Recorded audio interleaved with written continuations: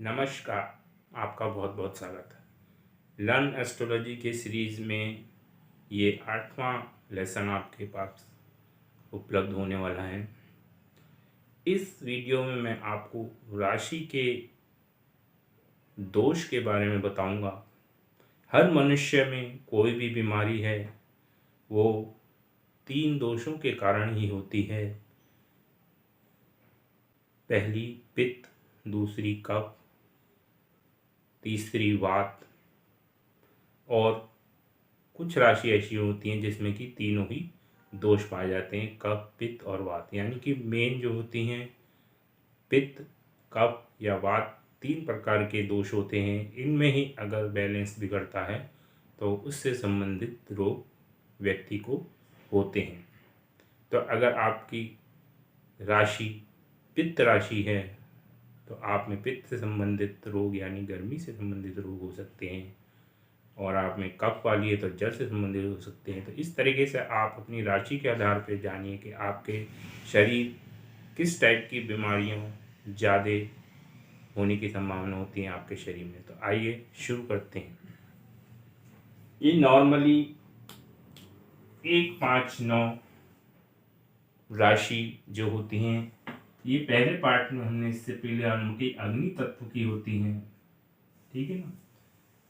और इसको हम पित्त प्रकृति का कहते हैं, ठीक है। पहले हमने पाठ में पढ़ा था कि 1, 5, 9 विषम पुरुष होती है। उसके बाद पढ़ा कि 1 नंबर चर, 2 नंबर 5 नंबर चर, फिर ये होती हैं द्विस्वभाव वाली राशि, और इनको अग्नि तत्व राशि भी कहते हैं। तो 1, 5, 9 अग्नि तत्व की राशि भी होती हैं। साथ में उसमें कौन सा रोग होता है? पित्त संबंधी रोग हो सकता है। यानी कि आप अगर मेष राशि के हैं, सिंह राशि के हैं या धनु राशि के हैं, या फिर आपका लगन की राशि ये है, तो आप अग्नि प्रधान तो होंगे ही, और उसकी वजह से आप में पित्त दोष आएगा। और अगर अग्नि बैलेंस नहीं है तो पित्त बिगड़ जाएगा, और उससे आप में पित्त संबंधित यानी कि गर्मी से संबंधित रोग जैसे फोड़े, फुंसी या फिर कोई भी कब्ज वगैरह जो भी अग्नि से उत्पन्न होते हैं, वो रोग इन लोगों को जल्दी इफेक्ट करते हैं, क्योंकि इनके शरीर की प्रकृति ही पित्त वाली है, अग्नि तत्व प्रधान। अब 2, 6, 10 हमने पढ़ा था, ये पृथ्वी तत्व की थी।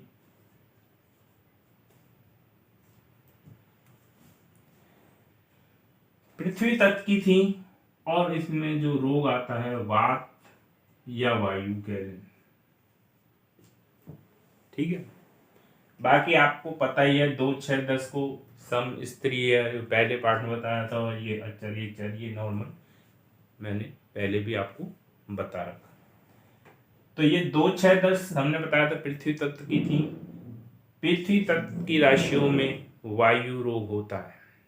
वो इसलिए होता है, पृथ्वी क्या है, स्थिर स्वभाव देती है, यानी कि स्थिरता, पृथ्वी से स्थिरता या धैर्य या सहनशीलता। तो इसको कोरिलेट करके मान लो कोई खाना आपके पेट में रुका हुआ है, ठहरा हुआ है, तो उससे क्या होगा, वायु निकलती है। कोई भी सामान ज़्यादा टाइम तक रहता है। तो ऐसे लोगों को 2, 6, 10 राशि वालों को वायु से संबंधित विकार हो सकते हैं। कईयों को देखा होगा एसिडिटी बनती है, वायु बनती है, सिर में दर्द होता है, ठीक है। तो इस टाइप के रोग जो हैं 2, 6, 10 वालों को ज़्यादा होते हैं। अब 3, 7, 11 जैसे कि आपको पता है विषम राशि है, ये पहले ही पढ़ा चुके हैं, और ये बताया था कि ये वायु तत्व की है। लेकिन इसमें जो रोग होते हैं वो त्रिदोष वाले होते हैं, यानी कि इसमें पित्त भी किसी को हो सकता है, वायु विकार भी हो सकता है, और कफ वाला भी हो सकता है।